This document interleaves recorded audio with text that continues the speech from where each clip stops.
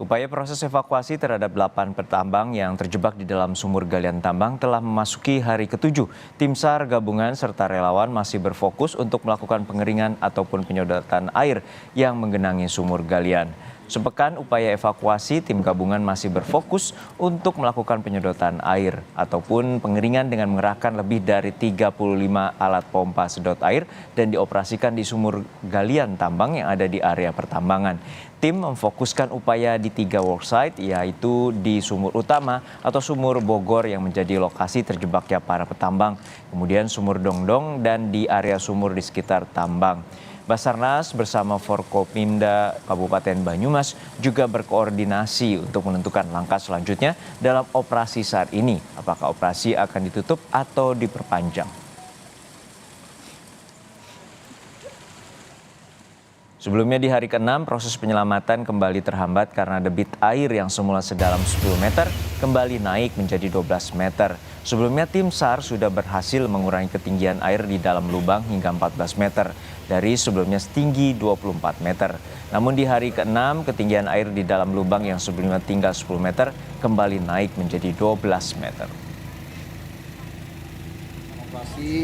Operasi SAR sampai saat ini di hari ke-6, sampai saat ini kami masih belum berhasil untuk mengeluarkan saudara-saudara kita yang terjebak di galian tambang emas Aji Barang. Nah, kendala yang kami hadapi sampai saat ini adalah debit air yang masuk ke dalam lubang galian semakin besar, sehingga yang tadinya kita sudah berhasil menurunkan air hingga 14 meter, saat ini naik kembali menjadi 12 meter. Upaya maksimal ditempuh di hari terakhir upaya evakuasi 8 petambang yang terjebak di galian tambang emas ilegal. Lalu bagaimana upaya evakuasi yang berlangsung hari ini? Kita tanyakan langsung pada jurnalis Kompas TV, Bayu Sasongko. Bayu, sejak hari pertama yang menjadi tantangan bagi tim SAR adalah soal debit air.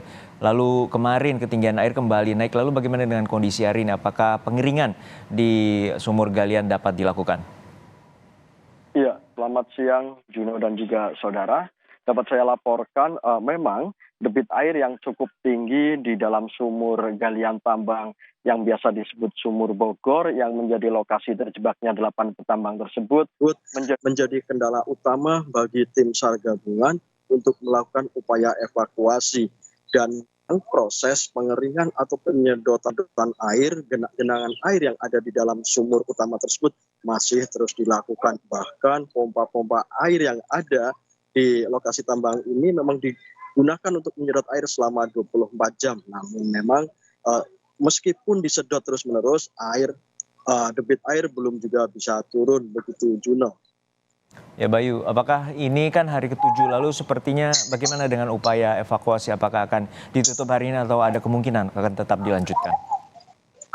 Iya, terkait apakah ini menjadi hari yang terakhir operasi pencarian ini, kemarin sempat Kepala Basarnas Cilacap memang mengatakan bahwa operasi secara standar operasional memang akan berakhir atau ditutup pada hari ke-7 ini.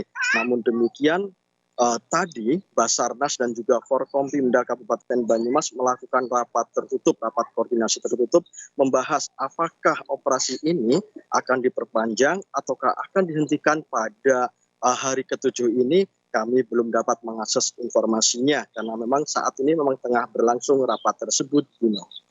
Saat ini bagaimana dengan respons keluarga terkait dengan upaya pencarian? Iya, dapat kami sampaikan juga bahwa kemarin perwakilan keluarga yang berasal dari Bogor, tepatnya Kepala Desa Kiarasari dan Kepala Desa Cisarua, tempat asal 8 petambang tersebut, mewakili keluarga menyatakan bahwa mereka menerima dengan ikhlas jika tim SAR gabungan ini yang telah bekerja secara maksimal melakukan upaya evakuasi ini tidak dapat menemukan keberadaan 8 petambang tersebut. Mereka mengikhlaskan itu dan menganggap ini adalah takdir dari Tuhan. Begitu, Juno. Ya, ini terkait dengan sumur ilegal, sudah berapa lama sumur galian tambang ini berjalan dan apakah ada upaya dari pemerintah setempat untuk menutup dan mengawasi adanya sumur-sumur galian ilegal?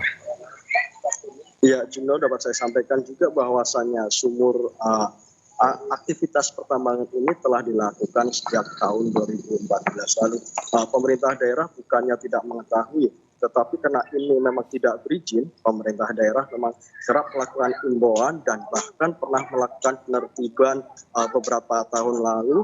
Namun setelah itu juga ketika aktivitas pertambangan ini dilarang dan ditutup, akan muncul kembali. Namun demikian, dengan adanya kejadian 8 pertambangan ini, pemerintah Banyumas melalui Bupati Banyumas dan juga Kapolresta Banyumas menyatakan secara tegas akan menutup aktivitas tambang ini dan ke depan juga akan melakukan pemantauan dan juga pengamanan di daerah seputar tambang agar tidak ada lagi aktivitas pertambangan ilegal ini. Baik, terima kasih atas laporan lengkap Anda, jurnalis Kompas TV Bayu Sasongko dari Banyumas, Jawa Tengah.